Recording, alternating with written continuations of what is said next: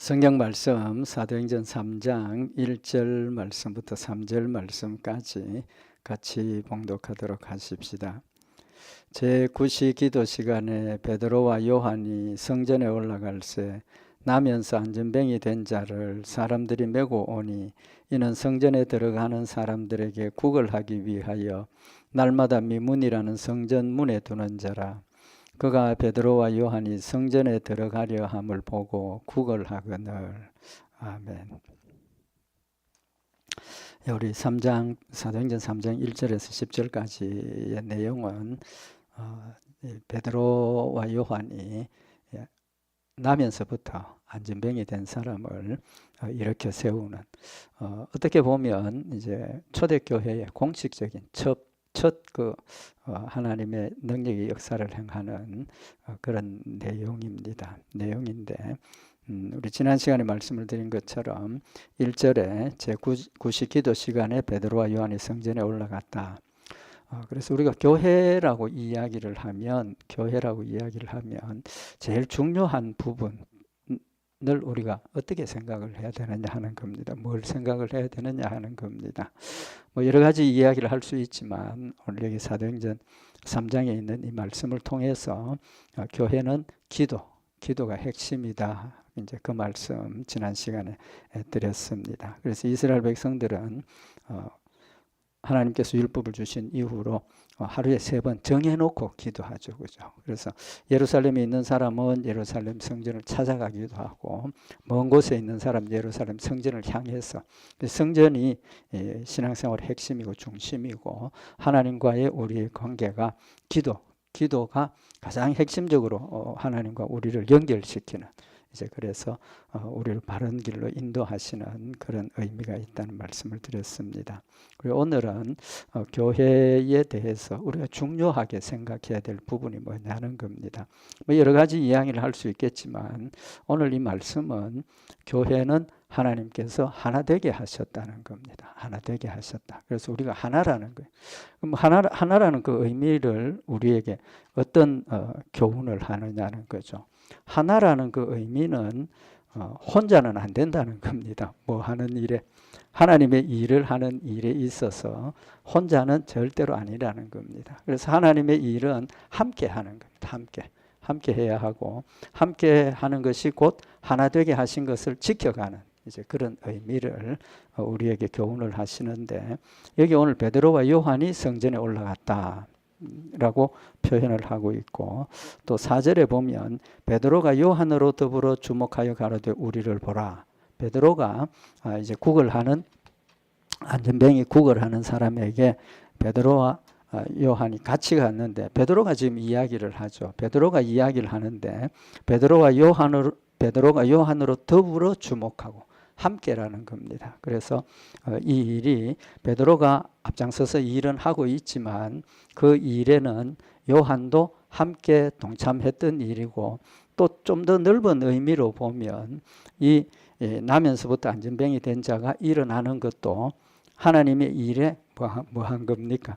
동참한 거죠. 동참한 거. 이건 다음 시간에 이제 말씀을 상고하겠지만, 나면서부터 안전병이 된 것은 이 사람 개인적인 입장에서 보면 굉장히 힘든 삶을 살았는데, 나면서부터 안전병이 된 이유가 뭡니까?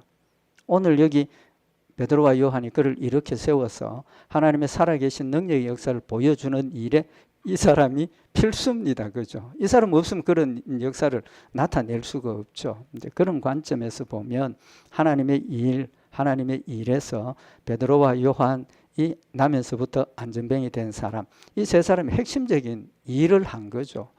이 나면서부터 안전병이 된 사람 아무 일도 안 한 것처럼 보이지만 사실은 이 사람의 존재 자체만 해도 핵심적인 역할입니다. 이 사람 없었으면 이 일이 일어나지 않는 거죠. 그런 관점에서 보면 하나님의 일은 절대로 혼자 하도록 버려두신 일이 없습니다. 눈에 보이지 않는 부분까지라도 하나님께서 항상 함께 하도록 하셨다는 겁니다. 그런데 오늘 여기 베드로와 요한의 관계를 우리가 좀 참고를 하려고 하는데, 예수님은 12 제자들을 뽑아가지고 훈련시킨 것이 목적이 뭡니까? 12 제자를 먼저 뽑아가지고 훈련시킨 것은 믿음도 키우기도 하고 또 같이 전도도 보내고 뭐 여러 가지 교육도 있었지만 핵심적인 목적 하나가 함께라는 겁니다. 하나 되게 하시는 역사를 이야기를 하는 겁니다. 무슨 의미냐 하면 믿음은 잘하는 거죠. 믿음은 잘하는 겁니다. 또 하나님께서 일을 맡길 때 함께 일을 하게 하셨다면 필수적으로 뭐가 필요합니까? 관계가 필요하죠. 관계. 그 두 사람이, 세 사람이, 12제자가 모였는데 그 12사람, 이제 가룟 유다는 빠졌지만 12사람의 관계가 완벽하게 협력하고 이해하고 일을 할 수 있는 그런 가까운 사랑하고 베풀고 나누고 뜻을 같이 할 수 있는 그런 관계가 되어야만이 함께의 역사를 이루어가는 겁니다. 오히려 뜻이 맞지 않으면 함께가 걸림돌이 될 수 있다는 거죠. 오히려 방해가 될 수 있다는 겁니다. 그래서 우리가 그냥 단순하게 하나다 함께다라는 이 말만 자꾸 우리가 할 일이 아니고 그 함께를 위해서도 성장과 성숙이 필요하다는 거죠. 믿음은 잘하는 겁니다. 또 대인관계 마찬가지로 대인관계도 그렇고 성도들 간에 한 교회 안에서 하나가 되어서 하나님의 일을 함께 해가는 일에도 그 관계가 점진적으로 성숙해지는 겁니다. 그 말은 서로를 알아가야 하고 또 성품도 알아야 하고 뭘 좋아하는지 뭘 싫어하는지 뭐 이런 구체적인 걸 알게 될 때 협력이 되고 또 뜻이 맞아지고 일을 할 수 있다는 거죠. 이제 그런 관점에서 보면 예수님은 12제자들을 부르실 때 아무렇게나 부르신 게 아니고 이런 관계의 성숙이라는 관점에서 제자들을 뽑으셨다라고 볼 수 있다는 거죠. 그리고 성경에 보면 예수님은 세밀하게 미리 계획적이고 준비된 목적을 가지고 12제자를 뽑으셨고 또 그들을 같이 이제 데리고 다니시면서 좋은 관계를 유지하도록 만들어 가도록 발전시키시고 또 협력해서 주의 복음에 함께 할 수 있도록 이끌어 가셨다는 사실을 우리가 알 수가 있습니다. 그래서 오늘은 예수님께서 베드로 12제자 중에 특별히 예수님께서 베드로, 안드레, 야고보, 요한 이 네 사람을 핵심적으로 함께 만드셨다는 걸 우리가 볼 수가 있습니다. 베드로와 안드레는 관계가 어떻습니까? 어떤 관계입니까? 형제 관계입니다. 그죠? 형제 관계고 요한과 야고보 역시 형제입니다. 형제인데 오늘 여기 야고보와 베드로와 요한이 함께 갔다는 것은 다른 형제지만 두 사람이 함께 가는 겁니다. 관계가 가까웠다는 거죠. 그러면 전혀 모르는 사람 모아놓고 관계가 이제 깊어지고 서로 알아가는 시간이 많이 걸린다는 거죠. 근데 이 베드로와 요한, 안드레, 야고보는 같은 직업을 가진 사람입니다. 그죠? 같은 어부입니다. 같은 어부고 예수님 제자로 부르심을 받기 전에 이미 서로 알고 있었던 관계입니다. 어느 정도 알았습니까? 누가복음 5장 10절에 보면 세베대의 아들로서 시몬의 동업자인 야고보와 요한도 놀랐습니다. 예수님께서 베드로의 배에 올라타고 말씀 전하시고 난 뒤에 깊은 데 가서 그물 던지라 그랬을 때 베드로가 밤새도록 잡았는데 고기 노력했지만 한마디를 못 잡았는데 예수님 말씀 믿고 가서 하겠습니다. 그물 내려서 고기를 잡아가지고 고기가 엄청 많이 잡히던 이제 그런 상황에서 누구를 불렀습니까? 야고보 요한이 도와서 와서 협력을 하죠. 근데 누가복음 5장 10절에 이제 봉독해 드린 것처럼 세베대의 아들로서 시몬의 동업자인 야고보와 요한도 놀랐다. 그 광경을 보고 같이 놀랐다는 겁니다. 그 자리에 참석을 했다는 거죠. 근데 그들의 관계가 뭡니까? 동업자입니다. 동업자라는 관계를 보면 어떤 관계입니까? 동업이라는 건 서로 신뢰하고 또 서로 의지할 수 있는 그런 관계에서 동업을 하는 것이지 아무나 동업자가 되는 거 아니죠. 이제 그런 관계, 그런 관점에서 보면 예수님께서 12제자를 뽑으실 때 처음에 베드로, 야고보, 요한, 안드레를 뽑을 때 그들의 관계가 예수 믿기 전부터 이미 동업자인 관계에 있었다는 겁니다. 그러니까 신뢰 관계가 이미 이루어졌고 함께 협력할 수 있는 그런 관계가 이루어졌다는 거죠. 그래서 예수님께서 12제자들을 뽑으실 때도 그냥 아무렇게나 막 아무나 뽑은 것이 아니고 이 관계를 중요시하고 또 이 네 사람의 관계를 특별히 유지할 수 있도록, 더 깊은 관계를 가질 수 있도록, 그래서 하나님의 일을 함께 할 수 있도록 선택을 했다. 이제 그렇게 해석할 수가 있다는 겁니다. 그래서 예수님은 하나 되게 만드시는 이제 그런 관계가 있고, 그 다음에 이제 중요한 게 뭐냐 하면 예수님께서 그물로 고기 잡고 있는 네 사람을 부르셨습니다. 그죠? 예수님 그들을 제자로 부르시기 전에 예수님을 만났습니까? 못 만났습니까?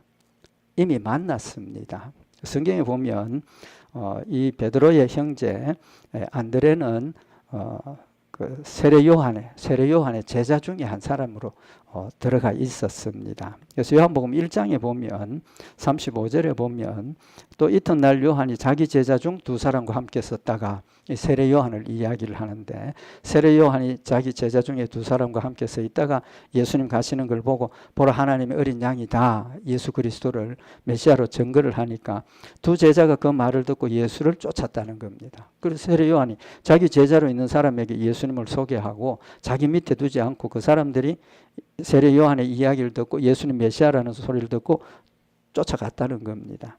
그래서 예수를 쫓은 그 두 사람 중에 요한복음 1장 40절에 요한의 말을 듣고 예수를 쫓는 두 사람 중에 하나는 시몬 베드로의 형제 안드레라.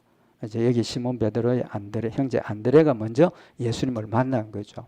그 다음에 이제 안드레가 예수님을 쫓아가서 같이 있으면서 보니까 예수님이 메시아라는 걸 믿게 됐죠. 그래서 요한복음 1장 41절에 보면 그가 먼저 자기의 형제 시몬을 찾아가 말하되 우리가 메시아를 만났다 하고, 그러니까 본인이 세례 요한의 소개로 예수님 메시아라는 걸 듣고 가서 보니까 메시아를 믿게 되고, 그러니까 그 축복을 제일 가까운 형제 베드로에게 전도했다는 거죠. 그러면서 요한복음 1장 42절에 데리고 예수께로 오니 예수께서 보시고 가라사대 네가 요한의 아들 시몬이니 장차 게바라 하리라 하시니라. 베드로가 게바라는 이름을 나중에 받은 게 아니고 이때 벌써 예수님께서 베드로에게 네 이름을 게바라 베드로라 하리라라고 말씀을 하셨다는 겁니다. 그러니까 베드로가 고기 잡는 그 상황에서 예수님 부르심을 받았을 때 그때가 처음이 아니라는 거죠. 그때 처음이 아니고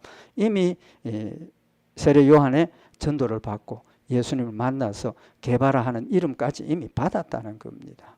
그렇게 보면 예수님께서 진행하시는 그 모든 일들이 그냥 우연히 되어지는 것도 아니고 지나가다가 예수님께서 이렇게 하신 것도 아니고 하나님의 그런 뜻 가운데서 예수님이 서로가 하나 되게 하신 것을 이루시기 위해서 이미 예수님 믿기 전에 제자로 선택되기 전에 이미 그들은 가까운 사이에 있었던 사람들이고 또 그런 사람들을 불러서 이제 주의 일을 맡겨서 함께 하도록 하셨다는 것은 이 함께의 의미가 얼마나 중요하고 또 그것이 갑자기 되어지는 것이 아니라는 사실도 아울러서 지금 우리에게 교훈을 하고 있는 겁니다. 그렇고 예수님께서 이제 공생에 지나는 동안 이제 전도를 시키고 또 훈련도 시키시고 이제 이렇게 하시는데 특별히 베드로, 야고보, 요한, 안드레는 잘 나타나지는 않는데 베드로, 야고보, 요한은 같이 예수님께서 데리고 다니시고 같이 일을 하신 그런 내용들을 성경에서 찾아볼 수가 있습니다. 예수님께서 마지막 이제 잡히시기 전날 겟세마네 동산에서 기도하실 때 우리가 다 아는 이야기지만 예수님이 제자들 12제자들 데려가서 너희들 여기 앉아서 깨어 있으라 라고 앉아 있으라라고 말씀을 하시고 베드로와 세베대의 두 아들 야고보 요한이죠. 세베대의 두 아들을 데리고 가실새, 그러니까 베드로, 야고보, 요한을 특별히 12제자 중에 세 사람 뽑아가지고 좀 더 멀리 가셨다는 거죠. 가셔서 뭐라고 말씀을 하십니까? 고민하고 슬퍼하사 이에 말씀하시되 내 마음이 심히 고민하여 죽게 되었으니 너희는 여기 머물러 나와 함께 깨어 있으라. 다른 제자들에게는 이 말씀 안 하셨지 않습니까? 이 세 사람 데리고 돌을 던진 만큼 어떤 적당한 거리로 떨어져서 가셔서 자신의 그 지금 심리적인 마음의 상태를 그들에게 가르쳐 주신 거예요.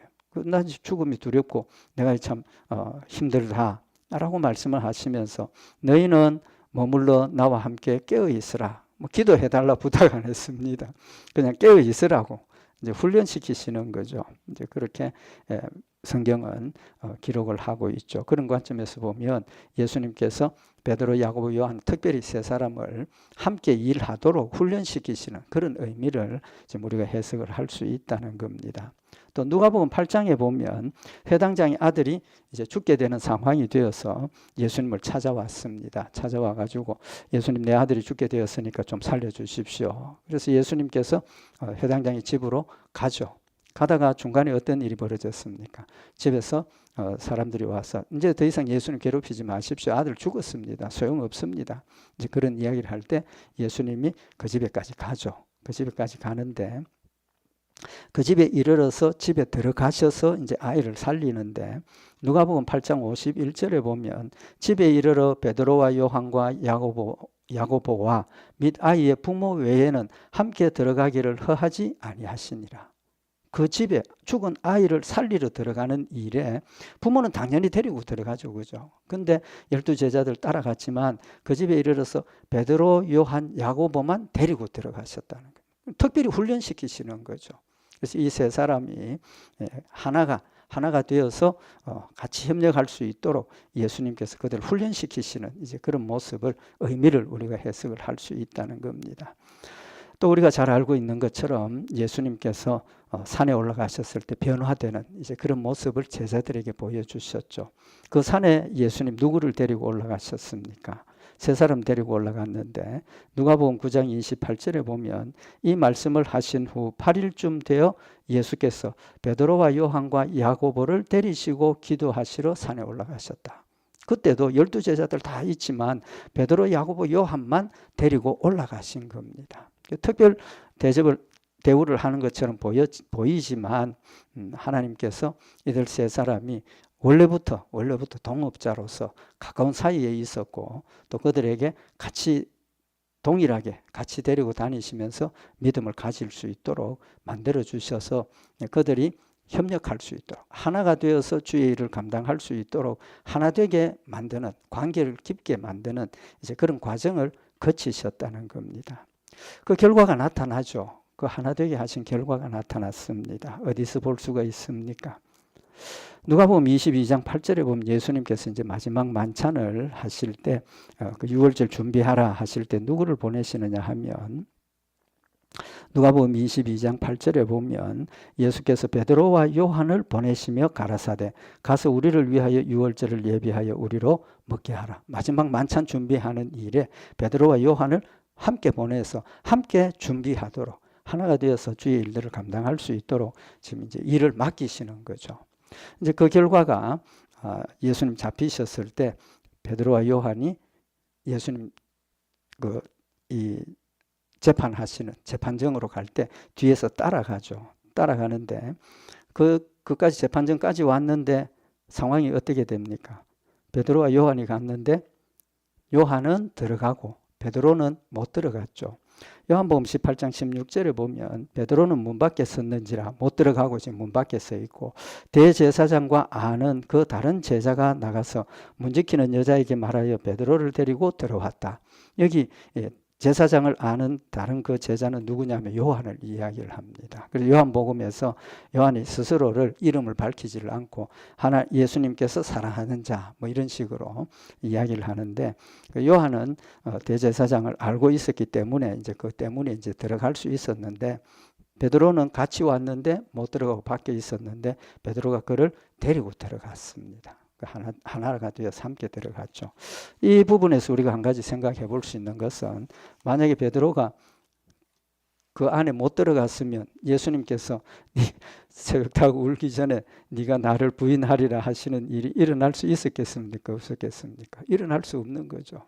또 그 자리에 들어갔기 때문에 그렇게 되고 또 베드로가 예수님이 하신 말씀 마음에 새기고 회개하고 이제 그런 과정이 나타나는 거죠. 어쨌든 함께 함께 동행했다. 이제 동역자로서 일을 했는 것을 우리가 알 수가 있고, 사도행전은 이제 앞으로 우리 말씀 상고하겠지만 복음이 전도되는 과정에서 이방인인, 그리고 가장 어떤 면에서 천시받고 무시하는 사마리아 지역에서도 하나님의 말씀을 받았다 함을 듣고 사도들이 정말인지 아닌지 확인하기 위해서 베드로와 요한을 보내게 됩니다. 이제 또 같이 이제 보내게 되죠.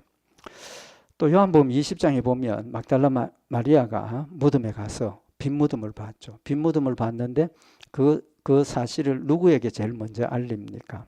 요한복음 20장 2절에 보면 시몬 베드로와 예수의 사랑하시던 그 다른 제자에게 달려가서 말하되 사람이 주를 무덤에서 가져다가 어디 두었는지 우리가 알지 못하겠다. 그러니까 지금 베드로와 여기 그 다른 제자 누굽니까? 요한을 이야기를 하죠. 그래서 막달라 마리아가 빈 무덤을 발견하고 제일 먼저 찾아간 사람이 베드로와 요한이라는 사실을 기록을 하고 있는 걸 보면 예수님께서 특별히 베드로와 요한, 안드레, 야고보 네 사람을 하나 되게 만드셨고 또 하나 될 수 있도록 훈련시키셨고 힘을 합쳐서 주의 일을 할 수 있도록 세워주셨다는 사실을 지금 우리가 알 수가 있습니다.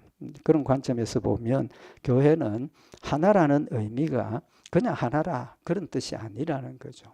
그래서 성경에도 교회를 지체라고 비유를 하셨고 또 교회 건물 성도들이 각각의 하나의 이 돌이 되어서 교회를 만들고 모습이 이루어지고 각각의 성도들이 모여서 하나가 되어서 협력하면서 함께 주의 일들을 해나가야 하는 곳이라는 사실을 우리에게 분명히 말씀을 하고 있는 겁니다.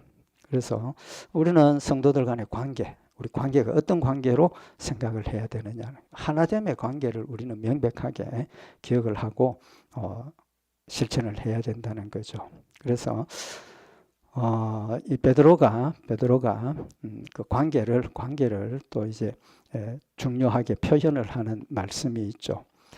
누굽니까? 베드로가 디모데를 뭐라고 지칭합니까? 내 사랑하는 신실한 아들이라. 베드로는 디모데를 전도한 사람이고 전도를 받은 사람인데 베드로가 디모데를 내 신실한 아들이라 부자지간의 관계를 이야기를 하는 겁니다. 그 의미가 뭐겠습니까? 단순히 전도를 받았고 구원받았다 그게 아니라 아버지와 아들의 관계라는 것은 신뢰와 사랑과 또 하나가 되어서 함께 주의 일을 하는 단단한 그런 관계를 지금 의미를 하는 거죠. 그래서 고린도전서 4장 17절에 보면 이를 인하여 내가 주 안에서 내 사랑하고 신실한 아들 디모데를 너희에게 보내었노니, 디모데를 고린도 교회에 보낼 때 아무나 보낸 게 아니고 내 사랑하는 신실한 아들, 베드로와 디모데의 관계를 아들과 아버지의 관계라고 표현을 하면서 그 하나됨의 관계가 얼마나 깊은, 얼마나 단단한 하나라는 의미를 지금 전달을 하고 있는 거죠. 뿐만 아니라 실로아노를 베드로가 관계를 밝히고 있는데 베드로전서 5장 12절에 보면 내가 신실한 형제로 아는 실로아노로 말미암아 너희에게 간단히 써서 권하고, 여기 실로아노를 신실한 형제라고 지금 표현을 하고 있습니다. 아버지와 아들 관계 또 형제 간의 관계라고 소개를 하고 있는 거죠. 그 의미가 뭐겠습니까? 그만큼 서로를 신뢰하고 또 하나님의 일에 협력하고 하나가 되어서 일한다는 사실을 지금 말씀을 하고 있는 겁니다. 그런 관점에서 보면 우리가 우리 성도들 간의 관계를 우리는 형제다 말로만 형제다라고 하는 것이 아니라 정말 형제로서 서로의 관계가 우리가 밀접하게 되는 것은 단순히 그냥 관계가 밀접하다 그런 뜻이 아니라는 거죠. 왜 밀접해야 하느냐 하고 또 왜 하나가 되어야 하느냐 하는 이유가 하나님의 일을 하는 데 있어서는 절대로 늘 말씀을 드리지만 독불장군이 없다는 겁니다. 하나님께서 하나님의 일을 하게 하실 때 독불장군 절대로 없습니다. 혼자 사는 게 아니라는 거죠. 그래서 하나님께서 지체로 세워주시고 또 건물로 말씀을 해주셔서 지체가 되어서 함께 주의 일을 해야 하고 한다는 사실을 말씀을 하고 있는 겁니다. 성경에 보면 예수님께서 앞에도 말씀을 드렸지만 함께 일하도록 훈련시키셨습니다. 제자들을 훈련시키셨다고. 마가복음 6장 7절에 보면 12제자를 부르사 둘씩 보내시며 더러운 귀신을 제어하는 권세를 주시고 명하시되 여행을 위하여 지팡이 외에는 양식이나 전대나 돈 가지지 말고 가라라고. 예수님께서 12제자들이 있지만 12제자들 한 목에 같이 보낸 게 아니고 두 사람씩 짝지어서 보내셨다는 겁니다. 목적이 뭐겠습니까? 둘씩 가야 관계를 만들어 갈 수 있고 서로를 알 수 있고 하나됨의 관계가 더 깊어질 수 있는 그런 이유가 거기에 있다는 거죠. 또 누가복음 10장 1절에도 보면 이후에 주께서 달리 70인을 세우사 친히 가시려는 각동각처로 둘씩 앞서 보내시며 70명을 지금 예수님 가시는 그곳에 70명을 보내시는데 그냥 혼자 가라 그것도 아니고 너 마음대로 가라 그게 아니고 두 사람씩 짝을 지어서 보내셨다는 겁니다. 굳이 두 사람씩 짝을 지어서 보내시는 이유가 뭐겠습니까? 세 사람을 가도 관계가 훈련받는 그런 의미도 있겠지만 둘씩 가야 한 사람 한 사람 깊은 관계를 가질 수 있는 그런 이유라고 봐야 하지 않겠습니까? 그래서 예수님께서 12제자들을 훈련시키실 때 둘씩 보내어서 하나님 말씀을 감당하게 하시고 또 서로를 알아가게 하시고 또 하나 되게 하신 것을 잘 지켜가도록 이제 그렇게 훈련시키셨다는 겁니다. 그래서 성경은 우리 성도들이 교회가 하나 되었다 하는 사실을 우리에게 강조하시는 이유는 혼자서는 아니고 함께 일을 해야 된다는 목적이 하나 되게 하신 목적이 함께 일을 해야 된다는 겁니다. 그래서 성경에 보면 함께 되기 위해서 우리가 해야 할 일을 기록을 하고 있는데 에베소서 4장 2절에 보면 모든 겸손과 온유로 하고 오래 참음으로 사랑 가운데서 서로 용납하고 여기 용납한다는 겁니다. 용납한다. 용납이라는 그 원어의 의미가 뭐냐 헬라 원어의 의미가 뭐냐 하면 받는다, 받아들인다 그런 뜻이죠. 또 그런 뜻만 있는 게 아니고 참는다, 견딘다 그런 뜻도 있습니다. 그럼 받아들이기 위해서는 뭐가 있어야 된다는 겁니까? 참는 게 있어야 된다는 거예요. 그러니까 내 주장, 내 목적, 내 생각만 고집을 하면 하나 될 수가 없지 않습니까? 절대로 하나 될 수 없습니다. 그렇기 때문에 다른 것을 상대방이 받아주고 그것을 참고 인내할 수 있어야 하나가 된 것을 지켜갈 수 있다는 거죠. 그러기 위해서는 겸손이 필요하고 온유함이 필요하고 오래 참음이 필요하고 사랑이 필요하다라고 말씀을 하고 있는 겁니다. 겸손이라는 건 남을 나보다 낫게 여기는 거죠. 온유하다는 것은 내가 어떤 피해를 보고 고통스럽고 어려울 때 화를 막 내는 게 아니고 그런 모든 분노를 절제하고 참고 유지할 수 있는 그런 온유함. 또 그런 것들이 결국은 참음이 필요하다는 거죠. 그걸 이루기 위해서는 인내가 필요하고 더 핵심적인 것은 사랑 가운데서 서로 용납하라라고 말씀을 하고 있는 겁니다. 그래서 서로를 용납하는 것은 하나 되게 하신 것을 지켜가는 제일 중요한 방법 중에 한 가지라고 말씀을 하고 있죠. 두 번째로 우리가 하나 되게 하신 것을 지켜가기 위해서는 고린도전서 12장 24절에 보면 우리의 아름다운 지체는 요구할 것이 없으니 오직 하나님이 이 몸을 고르게 하여 부족한 지체에게 종기를 더하사 몸 가운데서 분쟁이 없고 오직 여러 지체가 서로 같이 하여 돌아보게 하셨다.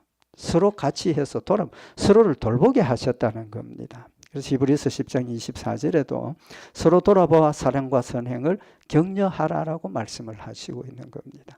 여기 돌아본다라는 그 단어의 의미는 뭐냐 하면 어떤 전심으로 몰두해서 살핀다 그런 뜻입니다. 상대방을 어떤 상황인지 어떤 이유인지 그 내용들을 정확하게 이해하고 받아들이기 위해서 그 상대방의 지금 상황을 열심히 전심을 다해서 살핀다는 겁니다. 살펴볼 때 이런 이유 때문에 저렇게 하는구나. 이 사람이 지금 이런 것이 필요하구나. 이제 그런 배려가 될 수 있다는 거죠. 그래서 서로 같이 하여 돌아보라는 겁니다. 일방적으로 받는 게 아니고 서로입니다. 서로 주고받는 거라는 사실을 말씀을 하고 있는 겁니다. 근데 여기 상대방을 열심히 살펴보고 관심을 가지고 지켜보면 문제가 생깁니다. 뭐가 문제가 생깁니까? 상대방의 단점이나 잘못한 것 살피지 않더라도 그건 관심 가지고 안 돌아봐도 눈에 자꾸 들어오게 되죠. 그렇기 때문에 우리가 격려하기 위해서 살펴보라는 겁니다. 그래서 서로 돌아보아 사랑과 선행을 격려하라는 겁니다. 돌아보는 목적이 그 상대방의 장점, 상대방의 좋은 점, 상대방의 훌륭한 점들을 또 잘 살펴보고 그걸 격려하는 거죠. 아, 이거 참 사랑의 일을 했네요. 참 아름다운 일을 했습니다. 서로가 이렇게 격려하고 위로하면 저절로 마음문이 열려지고 같이 가까워지고 함께 힘을 합치게 될 수 있다라는 거죠. 그래서 다른 사람들을 우리가 판단하지 않고 정죄하지 않기 위해서 살펴보고 또 돌아보는 이제 그런 경우를 지금 말씀을 하고 있는 겁니다. 또 데살로니가전서 5장 14절에 또 형제들아 너희를 권하노니 규모 없는 자들을 권계하며 마음이 약한 자들을 안위하고 힘이 없는 자들을 붙들어주며 모든 사람을 대하여 오래 참으라. 여기 격려하고 위로한다는 그 의미가 규모 없는 자들을 권계한다. 그 잘못된 것을 정죄하고 끊어내고 물리치는 게 아니고 권면하고 또 사랑으로 기도로 격려하고 위로하고 힘을 얻을 수 있도록 해야 된다는 거죠. 또 마음이 약한 자들을 안위하고 믿음이 다 똑같은 것 아닙니다. 믿음 훌륭한 사람도 있고 믿음이 약한 사람도 있고 처음 믿는 사람도 있고 또 잘 모르고 있는 상황에서도 그런 자들을 약한 자들을 안위하고 힘이 없는 자들을 붙들어주기 위해서 살피라고 말씀을 하고 있는 겁니다. 또 히브리서 10장 23절에 또 약속하시는 이는 믿으시니 우리가 믿는 도리의 소망을 움직이지 말고 굳게 잡아 서로 돌아보아 사랑과 선행을 격려하라는 거예요. 격려하라. 아, 잘했어. 참 좋아. 나도 당신을 보고 이런 데 내가 배웠어. 그래서 이 격려는 단순히 위로하고 힘을 돋구어주는 그런 정도가 아니라 그걸 넘어서 손을 잡고 이렇게 세워주는 것까지 말씀을 하고 있는 겁니다. 그래서 이사야 35장 3절에 보면 너는 약한 손을 강하게 하여 주며 떨리는 무릎을 굳게 하여 주라. 위로하고 말로만 격려를 해서는 도움이 안 될 때가 많죠. 그럴 때 손을 붙들어서 같이 이렇게 세워주는 이제 그런 격려를 말씀을 하고 있는 겁니다. 그래서 욥기 데살로니가전서 5장 14절에 보면 또 형제들아 너희를 권면하노니 규모 없는 자들을 권계하며 마음이 약한 자들을 안위하고 힘이 없는 자들을 붙들어주며 모든 사람에 대하여 오래 참으라. 힘이 없는 자들을 붙들어주라는 겁니다. 붙들어주라. 그래서 서로가 하나 되어 있기 때문에 붙들어주는 거죠. 연결이 되어 있다는, 굳이 붙들지 않더라도 붙들려 있는 그런 상황을 지금 우리에게 말씀을 하고 있는 겁니다. 그래서 하나님께서 우리 몸의 비유를, 지체를 말씀을 하시면서 핵심적으로 말씀하신 게 뭡니까?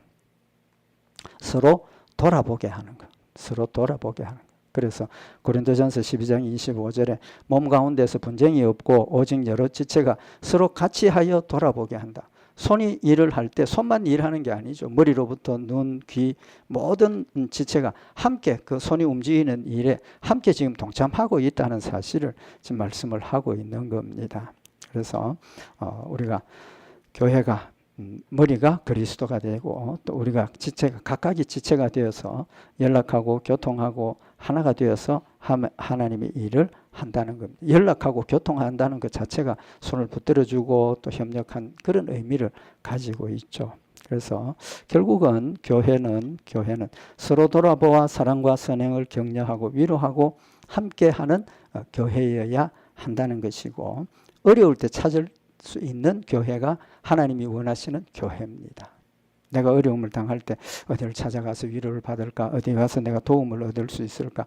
어디 가서 이 문제를 해결할 수 있을까? 그때 제일 먼저 생각이 나야 하는 곳이 교회라는 겁니다. 교회라는 핵심이 누가 있기 때문에 하나님이 계시는 곳이기 때문에 내가 하나님을 찾아가면 하나님이 내 문제를 해결해 주시고 예수님께서 나의 모든 것들을 사랑으로 품어주시고 성도들이 그리스도의 사랑 가운데서 실제적인 위로와 격려와 손을 붙잡아주는 그런 일들을 내가 받을 수 있다라는 그런 확실한 믿음이 있을 때 저절로 찾아오게 되고 저절로 함께가 되어진다는 겁니다. 뿐만 아니라 우리 성도들이 꼭 기억해야 될 일이 나 하나쯤이야.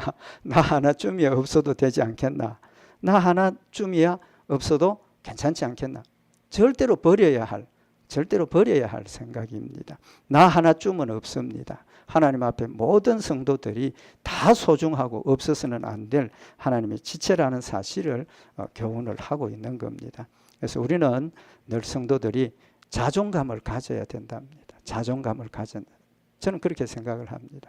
나는 하나님 앞에 소중한 존재야. 나는 하나님이 귀하게 생각하는 존재야. 내 스스로의 그런 존재감을 우리가 가져야 내 하나님께서 나를 사랑하시고 내 하나님께 없어서는 안 될 존재니까 어떤 상황에서라도 내가 주의 일에 협력을 하고 주의 일에 동참하고 주의 일을 내가 감당해야 해라는 그런 마음가짐이 우리에게 필요하다는 거죠.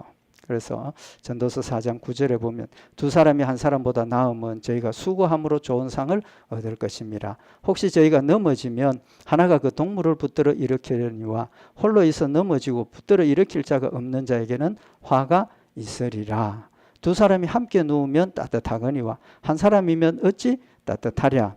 한 사람이면 패하겠거니와 두 사람이면 능히 당하나니 삼겹줄은 쉽게 끊어지지 아니하느니라 라고 말씀을 하고 있습니다. 하나님께서 초대교회를 세우실 때 핵심적으로 하나 되게 하신 것을 깨우쳐 주시고 하나가 되어서 협력하고 함께 하도록 하셨다는 사실 다시 한번 마음에 새기고 하나님께서 그리스도 안에서 우리를 하나 되게 하셨고 서로 위로하고 격려하고 힘을 합쳐서 주의 일을 감당하게 하셨다는 것 우리 다시 한번 마음에 새겨서 나 하나쯤이야가 아니라 우리는 하나님 앞에 각자가 소중한 존재고 없으면 안 될 존재라는 것 다시 한번 마음에 새겨서 우리 하나님께서 하나 되게 하신 힘을 가지고 서로를 위해서 기도하고 또 힘을 합해서 주님 맡겨주신 일들을 감당하는 이제 복된 교회와 우리 성도들이 되기를 바랍니다. 기도드리십시다. 사랑의 하나님 아버지 저희들 그리스도 안에서 하나 되게 하시고 서로 위로하고 격려하며 하나님 주신 힘으로 주를 섬기게 하셨음을 이 시간 다시 한번 마음에 새기게 하시고 우리 성도들 서로 사랑하며 또 위로하고 격려하며 힘을 합하여서 주의 일들을 감당하는 아름다운 열매들이 풍성하게 하시고 하나님 각각에게 주신 귀한 사명 또 은혜들 풍성히 받아 누리며 주를 영화롭게 하는 복된 성도들 되도록 주님 인도하시옵소서. 우리 주 예수 그리스도의 이름으로 기도드리옵나이다. 아멘.